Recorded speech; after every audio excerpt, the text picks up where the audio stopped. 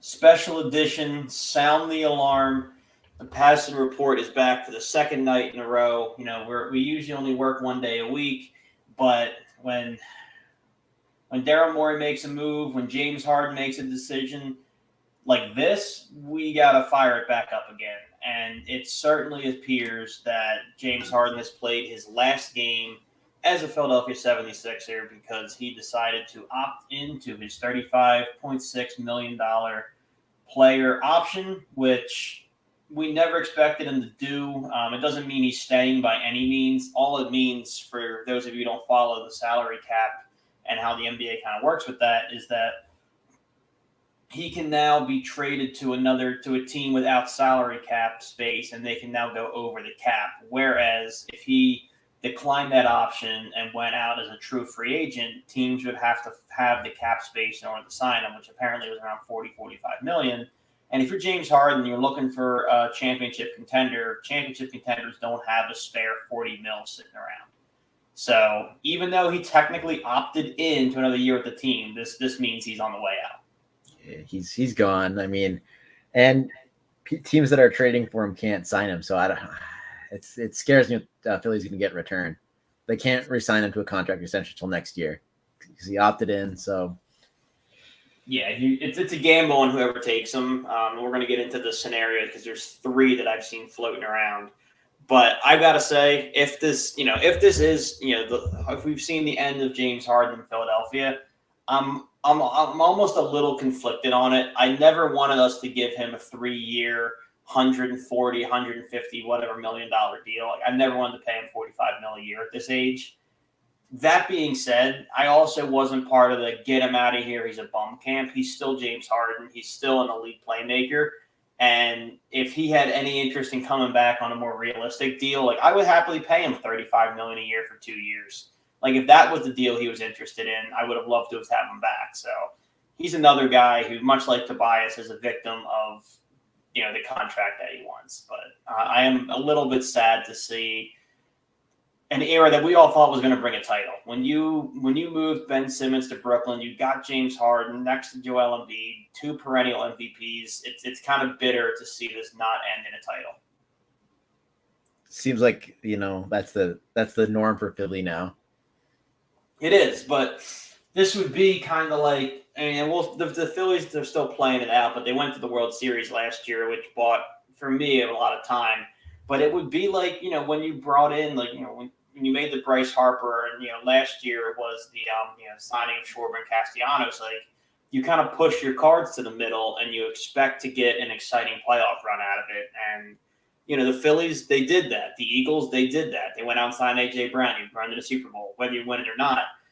With the Sixers, everyone thought we finally have these 2 bona fide superstars, not fringe, not could be's, right now superstars. And the fact that it didn't end in an exciting playoff run and a title just, kind of feels hollow. Yeah, I mean, it's just one of those things where the process failed. You got to look back on it. Everything about it was just, it seemed promising there for a little bit, but in the end, the NBA won. Tanking didn't prevail. No. Well, if Hinkie was allowed to finish his vision, I think he prevails. The Colangelos did this to us. And Elton Brand. He's not blameless. He gave Tobias that deal. But this seems to be the closest thing to a way out. I mean, I know you and I talked about it last week, and the Sixers offseason was looking very, very bleak because, say, James Harden walked on his own, that would have left us with $8 million in cap plus the mid-level exception. If you re-sign James Harden, then you're going to sign a guy who's 34, a little out of shape, and definitely run down for $40 million a year, which isn't great. And this wasn't even on the table. I didn't think there was a world where he opted in and allowed us to do a sign and trade. So the Sixers keep being given new life, and they keep botching it. And hopefully this is another instance. Hopefully this is the first time I'm wrong. But for a team, they've had such great luck with the situations falling into their lap. It's amazing how often they fail to convert on that. It's just incompetence at the highest level, I guess you could say. Yeah, I mean, think of, we got James Harden for, pick capital for sure, but a beat-up, run-down Ben Simmons, Seth Curry, who was, you were sad to see go, but it was Seth Curry. and Andre Drummond, who played half a season in Brooklyn. You got James Harden back in that haul. I consider that lucky. You go to get Jimmy Butler. He's disgruntled in Minnesota. Everybody there hates him. You bring him in for, was it Dario Saric and Robert Covington, and I think there was some draft capital there too. But again, disgruntled star, get him for a steal. Like we keep getting all these good faith, good fortune deals. It's about time we hit on one of them. I'm afraid that's not going to happen unless, Harden, miraculously nets Paul George or something like that. Even then. So there's 3 ways that it could happen. And, the Knicks have been thrown around an awful lot. It might be worth noting that, Josh Hart just opted in today to his player option. So he is a Knick if they wanted to make a move there. I heard a lot of Sixers fans talking about if you're going to send Harden up to the Knicks, especially within the division, you would want to get back at the minimum Jalen Brunson. I don't see any reason for the Knicks to do that at all. No. It's a lot's been made of Obi Toppin being disgruntled up there. I wouldn't mind him being a part of a deal, but I'll put it this way: if we're dealing him to the Knicks and it doesn't include Jalen Brunson, I'm pretty much going to need every role player you got. It's not going to happen. There's no shot that Jalen. He is. I can't believe what it came from last year, where everyone's like, "Oh, he's overpaid," and now he's like the face of New York. Yeah, the basketball. And just a completely normal guy too. But I don't. If you look at that roster, though, I don't know who else I would want. Realistically, R.J. Barrett's not on the table. I don't think. I think he might be with the contract. You do want to get out of it? They might. So maybe that's your centerpiece for the deal, but I'm not really stoked about him coming to Philly either. I have no interest in Julius Randle because he doesn't fit what we do basketball-wise at all. That's the most likely scenario, it feels like, honestly. Where do you put him on this team? I'm just saying I think the Knicks want to give him up the most. There's that time last year where it was really weird. He didn't get minutes. Mm-hmm. Yeah. And I get the Knicks being willing to move off of him. That's more like, we're willing to move off of Tobias. But the fit when he comes to Philly, he really he's very ball dominant for a big guy, which, Joel Embiid's going to get those touches. And I just don't – he becomes Tobias. He becomes, a corner 3-and-D guy, which, I think that's a waste of Julius Randle's talent, personally.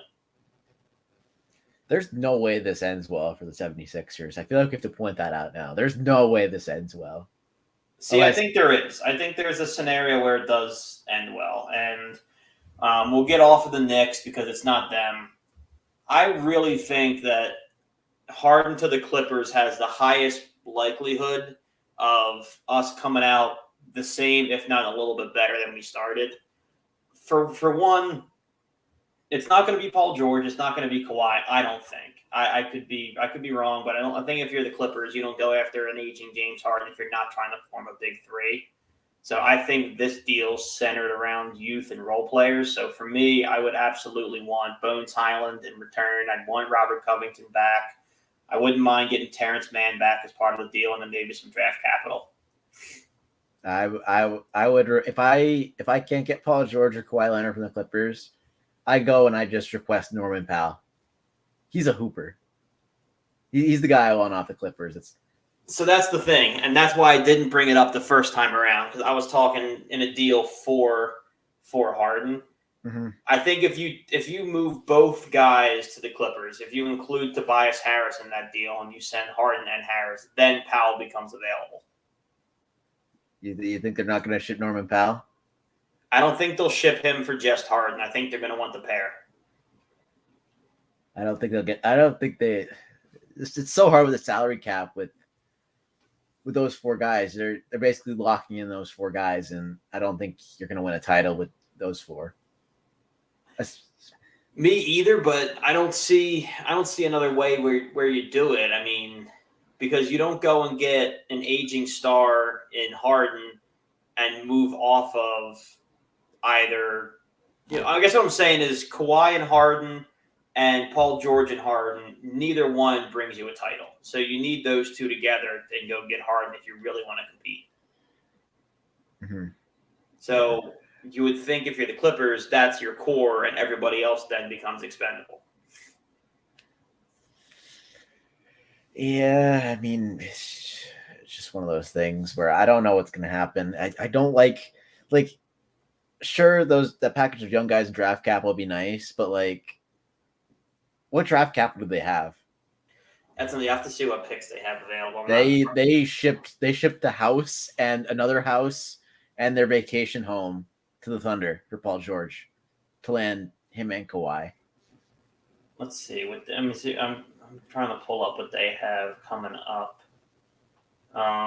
It's not much. Oh boy. Yeah, they don't draft. They don't have their own first round pick until 2027. Yeah, it's not good. Yeah, so they're not much better than we are. I think they're worse off. We're pretty bad too, but yeah, they owe. I'm talking about in terms of team, not draft capital.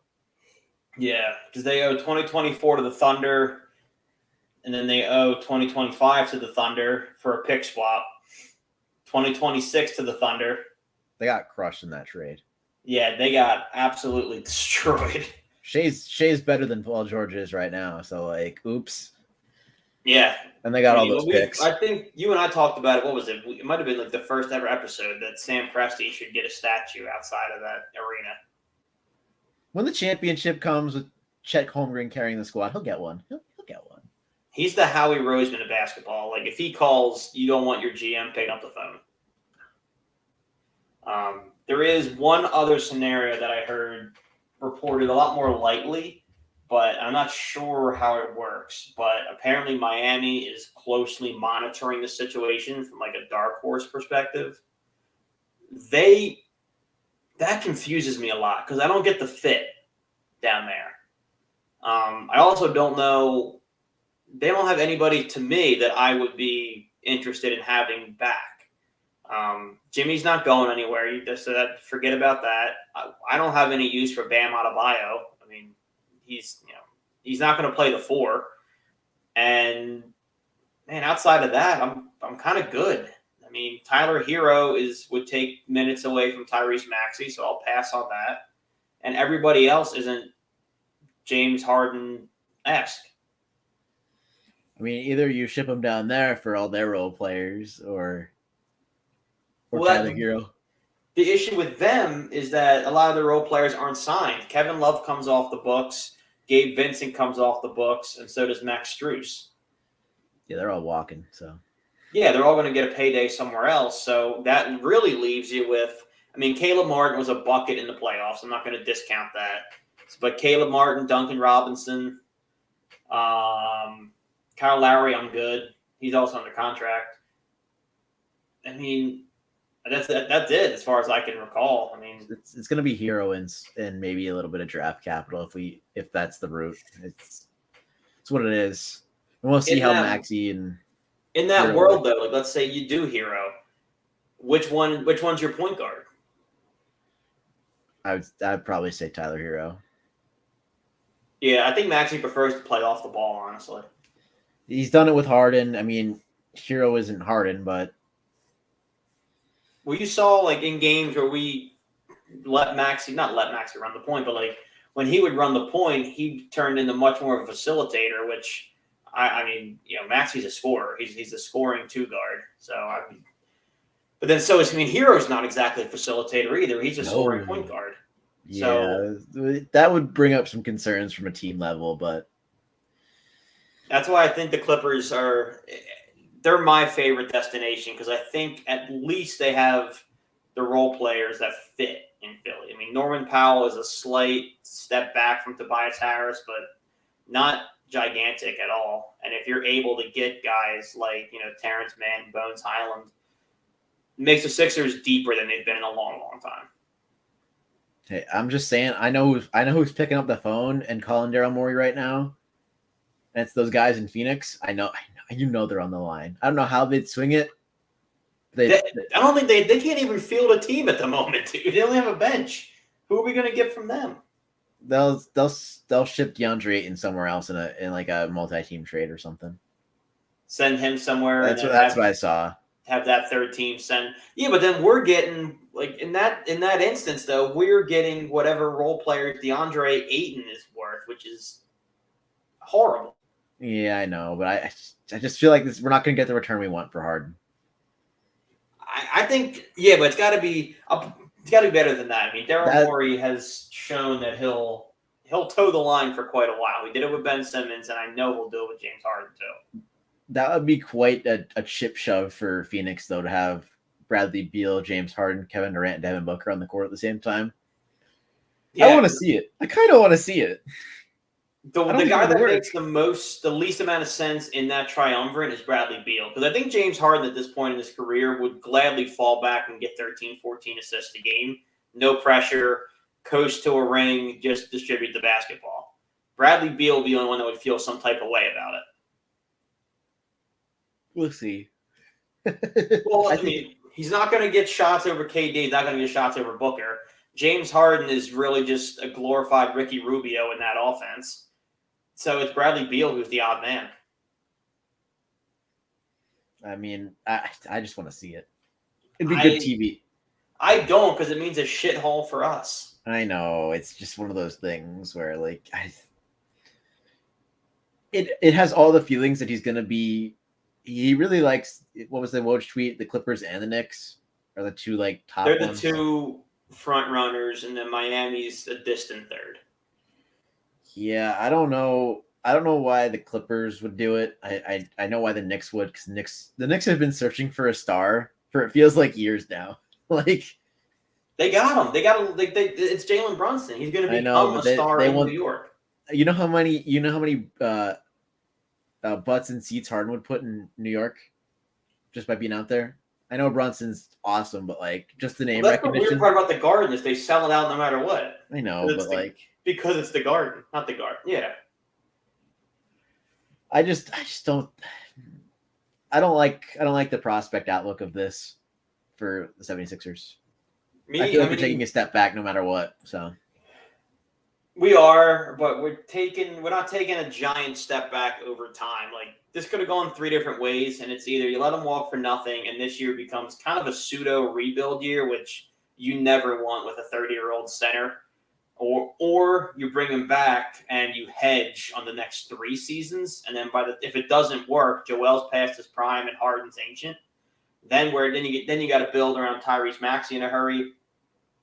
This is the best case scenario where you do kind of get to play damage control for a season, and then the 2024-25 free agent class is a lot better than this summer's is, and then you try to make a splash there. I know it just feels like that championship window is closed. It's closing. I think by James Harden opting out, somebody like stuck their fingers in the windowsill, and just before it went all the way down, they kept it up a little bit. There's still a breeze. It's a very light breeze. I mean, what does Harden just want to be like the main guy now? Like, is that what they took the Celtics to 7? Like, I don't think it has anything to do with his fit in Philly. I don't think there's any like bad blood there. I mean, I think he's looking to secure a bag to ride out the rest of his career. He wanted 3 years around 40, 45 mil. And to his credit, Daryl Morey said, no way, dude, you're 34, which I didn't think he had the balls to do it. I thought he was going to cave and give James what he wanted. So I think they're just too far apart on the money, and Harden wants one big score before he calls it a day. It's fair. It's fair from Harden's perspective, and it's fair from the 76ers perspective. But like, man, this man Harden, how many teams have been on in a year? Like 3? It would have been his last season in Houston, 1.5 in Brooklyn, 1.5 in Philly. So in the last 5 seasons, he's been on 3 teams. Which for a lot of players is whatever. For a former MVP, it's a kind of a tough look. For anyone not named Kyrie Irving, it's yeah. Yeah, like you shouldn't. If you're that good, you shouldn't bounce around quite the way that he does. But He I wants gotta to though. say, this one I don't have any ill will towards. It's not. It's not a trade request. It's not. I demand out. It's look. We're never going to get together on a contract. If I opt in, you get what you want. I get what I want. I mean, I really don't feel any type of way towards James Harden. I thought he held up his end of the deal for the most part. Yeah, I mean, if you discount the declining play, which comes with age, I agree. I mean, And Father this Time is season, undefeated. I will like this season. I know you watch a lot yourself and all, and I watched probably an unhealthy amount of games. But you did see a renewed focus. He came into the season in shape. He had some burst for most of the year. He wore down in the playoffs. His body declined, but I think he did give the Sixers 100% this season, and that's just what 100% looks like now. Mm-hmm. Yeah, it's just tough, and some team's going to give that max. They should. I mean, I always thought if you had money to blow, like Houston, for whatever the reason, is spending on everybody. They're going to give Brook Lopez a bag. They were ready to buy James Harden. They want to make sizable offers to everybody. Yeah, I don't know what they're doing, but that's a different topic. It is, but a team like that who just has nothing to lose and has money to blow, sure. But again, Harden wants to compete for a title, and most title contenders don't have. They're already spent up. They already have their stars. Mm-hmm. It's just, I mean, it's a chip shove though. It's a 1-year chip shove. They don't have to. This team doesn't have to bring him back, and I think they're gonna get him for relatively not as much as James Harden should fetch in the trade market. I agree. They're going to get a discount like we did. The picks definitely hurt, but we ditched the disgruntled Ben and then 2 role players. So that's probably what I should expect back is a starter, 2 role players. I would like to see some draft capital, but realistically, we're probably not going to get any. And that's it. Like I said, it's better than the 2 alternatives. It still sucks, but it's better than what it could have been. Every year we're left saying this could have been the year for the Sixers, and then it just wasn't. Never is. I'm a hater, so I bet on the Celtics game 7 because I knew we went into that one. We're like, we got to close it out in 6 or else it's over.